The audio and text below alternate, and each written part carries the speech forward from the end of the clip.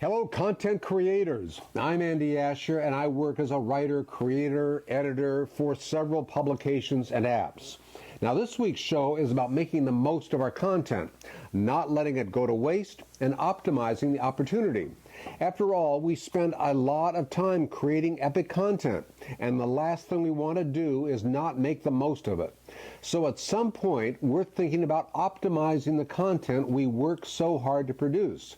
The earlier, the better, in fact. I'll share some simple tips that I place a high value on doing every day when I'm posting content. And I'll be joined a little later by a guy who's been doing content and digital strategy now for 15 years, practically a lifetime in this space. He is the president of the content marketing agency and software producer BrandPoint, which has had a hand in the content development for the likes of Ford, Target, and Microsoft. Now, when I put my editor hat on, I'm left with, at times, the nerve-wracking job of optimizing content performance prior to posting and going live. I've tried several optimization tools, and I rank them largely on the ease of use and the support, assuming performance is equal across the board. Some have lots of bells and whistles, and others are pretty simple and, fairly basic. So I'm going to show you steps that I take when posting a piece of content. And why do we do all this optimizing? Well, I think our guest this week, Scott Severinsen, explains it pretty well. Google is saying is we want to reward websites that are producing fresh, relevant content on a consistent basis. And so if you're producing a blog and you're updating it multiple times a week, Google is saying, hey, here's a site that is going to have fresh, relevant results when somebody is performing a search. We'll hear more from Scott after I show you my daily routine when I post and optimize content. Now, just to explain, one of the publications I edit for is Bloomer Boomer, which gets a lot of high-quality contributions from writers because it is one of only a few digital magazines that targets the 50-plus audience, which is a pretty highly sought-after one. For the most part, the articles are very well written, but the authors almost never optimize them. Now, I understand that because to really optimize correctly, it should start right at the ideation phase or when the piece is being conceptualized. Contributed articles, for the most part, have not been optimized before I get them, so the task falls on my desk to optimize everything, except, of course, the articles that we collate from other sources. So, let's get started.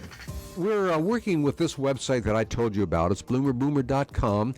And as I said, we get pitched for lots of articles every week, which we really welcome. We take about 6 a week. Others you see here on the website are all collated from other sources, which for this exercise we're not going to count. So let's jump right into the dashboard, the back end of the website here. And I work in WordPress here. It's probably the easiest and most powerful and solid blogging and website content management system, or CMS, in existence today. You want a website built on good architecture for SEO. That is what we are doing here, but that doesn't mean that we can't improve upon it. I use Yoast SEO, premium version. Now we'll take a little closer look at Yoast in just a moment. So first, let's jump into our posts here. And what we're going to do is I copied and pasted this particular article. This is the one that we're calling Heart Disease Financial Help. Again, I got to emphasize that this is an exercise, these keywords are very competitive and not the greatest examples, but at least it'll give us an idea of how we can optimize using the Yoast plugin. So we've given this a title, and I want to always check what text size it is, and I want to give it an H1 heading, and then jump down to this subheading right here. Now that doesn't need to be H1, so we'll jump over to H2, and I'm just going as I see what needs to be done. We'll scroll down just a little bit more, but let's go ahead and add an image. We're going to put one right there, and then we'll put the same one other place. Now, this is something I had loaded up before, and you can see it has the title is Heart Disease Financial Help, and we have a caption there. And the alt text is real important for searches, because that's what's going to show up, since, of course, images aren't found unless you have that put in there. And then the description, again, if somebody can't see, they can depend on that. So we'll insert that in a thumbnail, and that's set. Let's scroll down a little bit farther and see how we're doing in some of the other areas. If you're in the green, great, and if you're in the orange, it's a little bit of a warning in red. You try to do your best not to have it that way. So we do have one red, and let's scroll down here and see that wants another H2 heading in there. So I'm going to go ahead and make this one that, and then see how we're doing elsewhere. So I think we're doing okay. The flesh reading ease test is this puts it as being fairly difficult, and basically it's a reminder just to try to make shorter sentences to improve readability, but again, that's a little warning that you can go with. And overall, we're in pretty good shape, and that's how we use Yoast, and that's how we do our content optimization.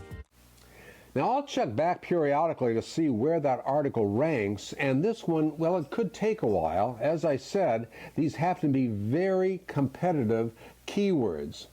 So let's get to this week's guest. I told you about Scott Severson. Now, he's president of BrandPoint, which connects brands of all sizes with consumers through the power of content. Now, it's great having Scott here. Now, you've been practically in the digital space for an eternity. We like to say we've been involved in content marketing before it became cool. Yeah. And I was recruited to be the president of the company, really based on I have a sales and a digital background, and the ownership was really looking for somebody with that background to come in and run the company. Well, I want to get back into BrandPoint here in a moment, but as just as an open-ended question in terms of content, and when it became cool, but there was a time maybe when we looked at film and television and radio as, but we never gave it the term content. But right. Nowadays everything is content. But how do you feel about that? Well, I think today content marketing is getting a lot of buzz in the marketing community, and I think rightly so, because one of the things that's happening that I think is really cool in marketing today is with the advent of the internet, it's allowing brands and consumers to have a one-to-one connection. And so as a consumer, I'm able to connect with the brands that I like, and I'm able to discover new brands. And the currency around that is content. And that's what creates that connection. So my prior experience in the magazine business was really the old model, where if you were a brand, you had to connect to audiences through some intermediary, some third party. And today, those barriers are breaking down, and brands more and more are benefiting by becoming a publisher of content and providing value to their audiences and building new audiences through content. Now, I asked Scott about all the buzz that we're hearing today about content marketing. Have you been able to put your finger on it? We want to produce content in various formats and publish to various outlets, because you want to connect with the consumer where they want to connect with you. So you need to be on mobile. You need to have a strong content presence on your website. You need to be doing video. we do a lot of written content for our clients, and that's been our legacy. And more, we're creating more visual content for our clients that they can use to connect with their audiences, like infographics and custom graphics to go along with written content. Now, I know BrandPoint has been around quite a while, and I know you are involved in content marketing strategy, content creation, distribution, and promotion. But talk a little bit more about what exactly you guys do.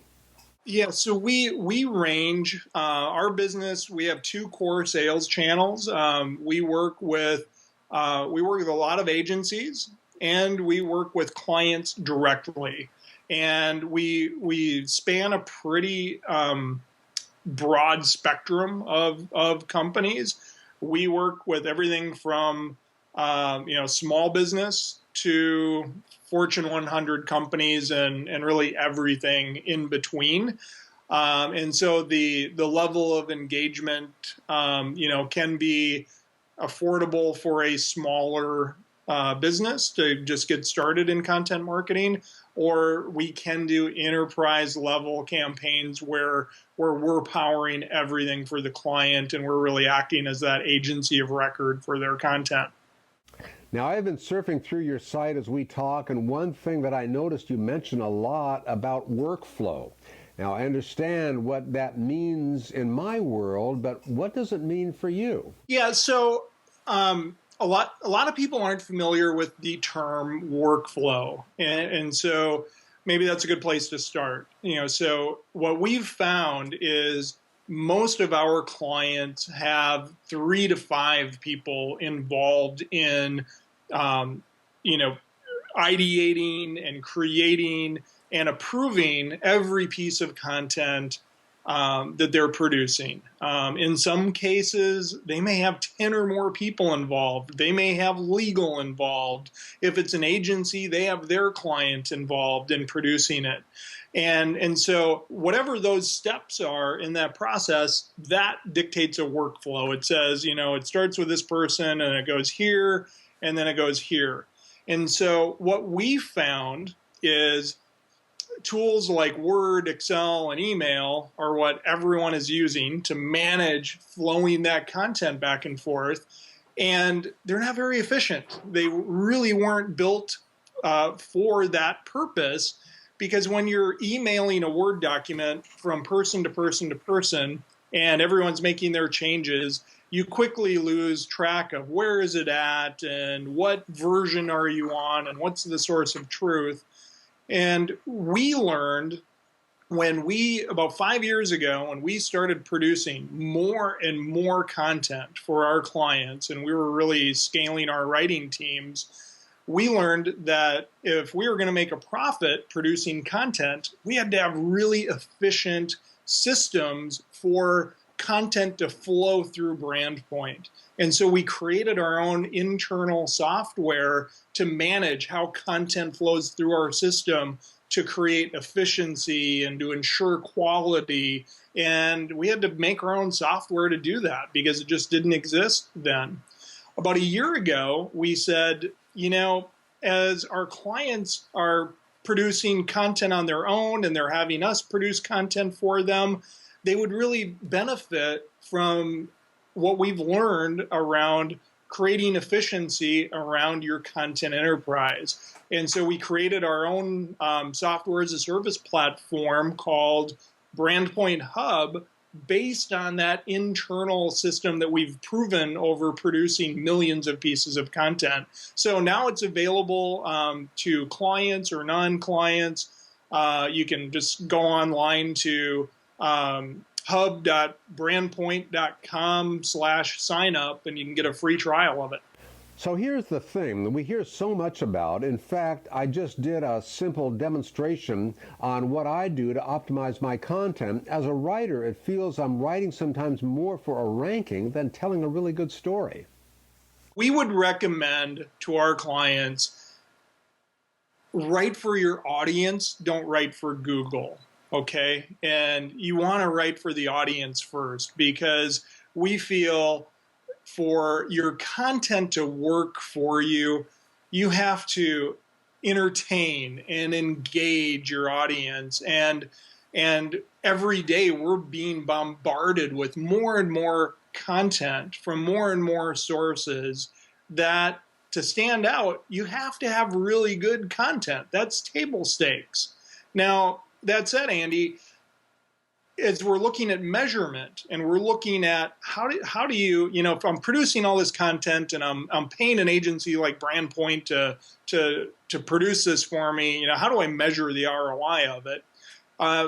Search is one way that we recommend you measure the ROI, because what Google is saying is we want to reward websites that are producing fresh, relevant content on a consistent basis. And so if you're producing a blog and you're updating it multiple times a week, Google is saying, hey, here's a site that is going to have fresh, relevant results when somebody is performing a search. And so what we recommend that our clients do, because everybody that we work with is buying paid search at some level, and they've got a reason that they want to drive traffic back to their site. Well, one of the ways that we look at ROI is content is a great way to get organic traffic through search. And what our clients do is they can look at the traffic that is coming in through the content that we're producing for them, and they can look at what would they have to pay for that traffic if they were to purchase it by buying it directly through Google. And that's just one way that you can kind of get a basic ROI for investing in producing content. It definitely generates traffic back to your site. And that traffic is highly engaged traffic because they're actively searching for something. Now, the flaw in just looking at that one metric is it doesn't tell the whole value story, because by producing content regularly, you're going to be increasing the overall footprint of your site, which just raises your overall organic ranking. So it makes everything on your site work better. We don't measure, like the aggregate lift. We're just measuring the traffic on discrete content pages we're producing for our clients.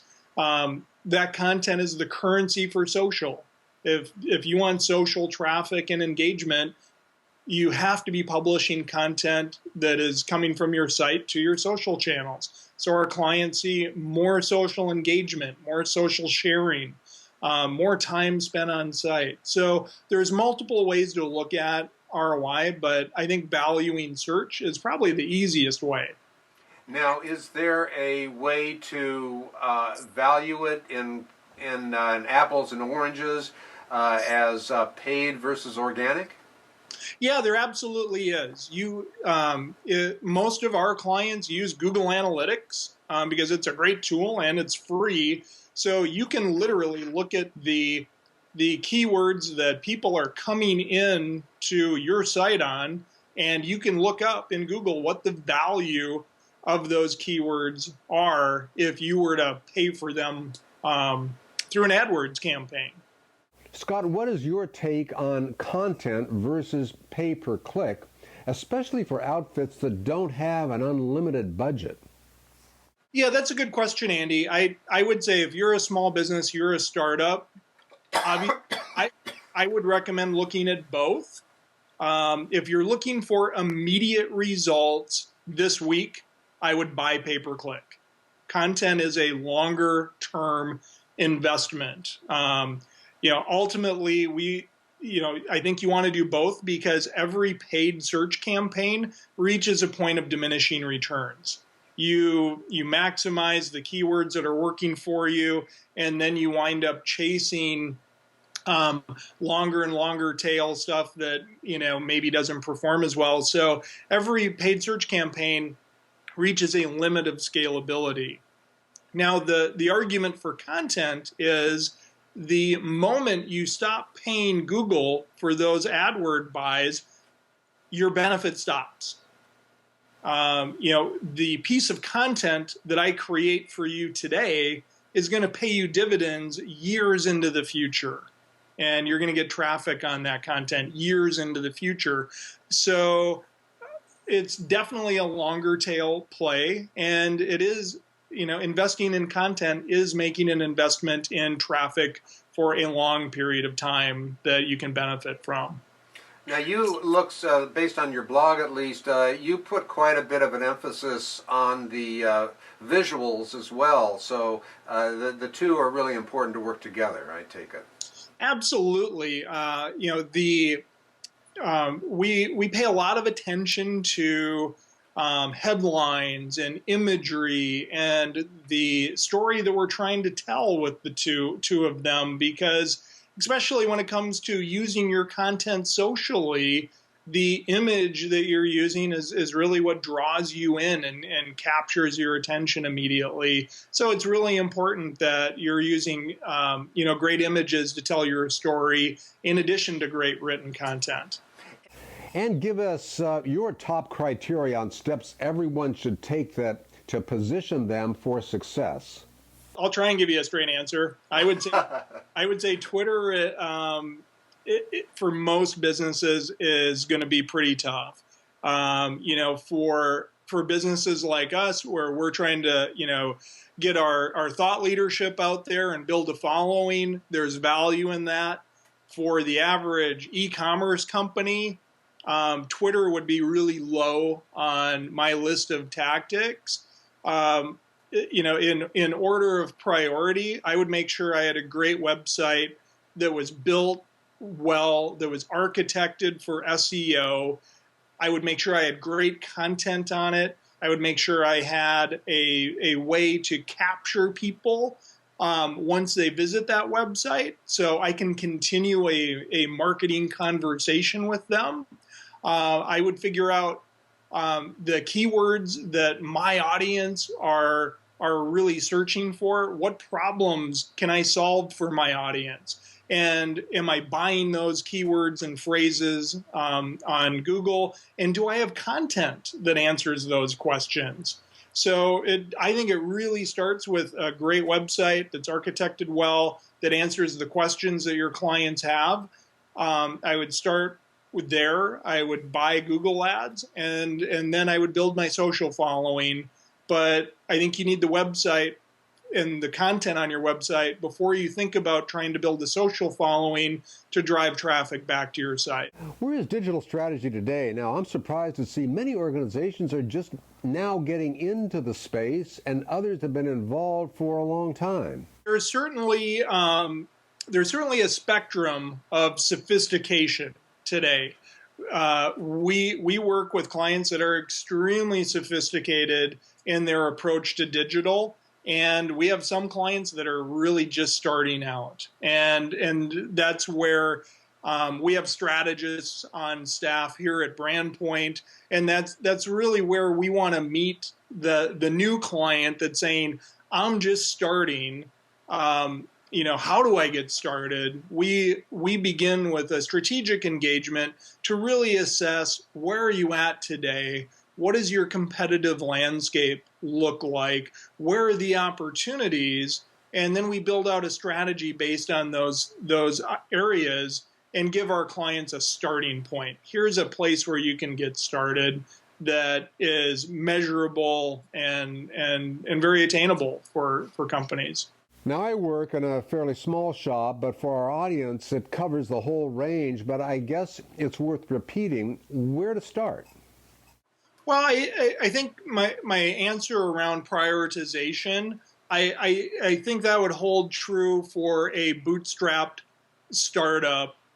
You have to have a website today that is your store. That is your presence today, and it's kind of table stakes. You really need that to get started, and then the content piece is really key to telling that story, telling your customers who you are, answering the questions that they're searching for. You want to be found if you're starting up.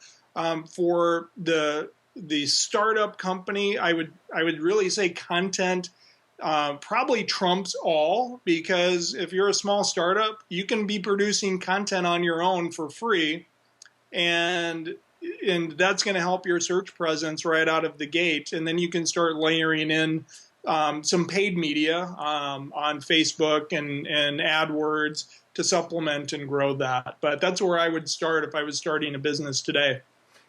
I wouldn't want you to get away without asking you to compare the value of content marketing versus pay-per-click advertising. We would argue that there's a lot more value there long-term for our clients than pay-per-click. Even though there's certainly an investment involved in producing content, the long tail of producing that certainly provides a lot of benefit. But there is a cost to it, whether you're hiring an agency like BrandPoint or you're doing it yourself internally. It takes investment.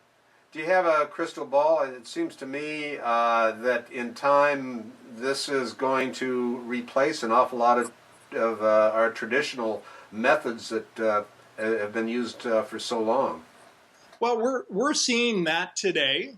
More and more brands are able to bypass other media to have that direct relationship with their audience. So we're already seeing that beginning, but it doesn't mean media is going away. In the world of content marketing, we would say you want to buy media to rent someone else's audience so you can ultimately make them your own audience. But then once you have them, you have an obligation to keep providing great content to really keep them your audience. That's great. Well, pretty cool. I hope you like today's show. Every week we'll have a new one with simple tips that you can implement and talk with idea and thought leaders just like Scott. Sign up for our emails. We'll alert you to new shows, useful tips, updates, and killer ideas to create and post epic content that gets discovered. I hope you enjoyed it and got something out of it. So long from Content Lab TV, I'm Andy Asher. Cheers. Until next time.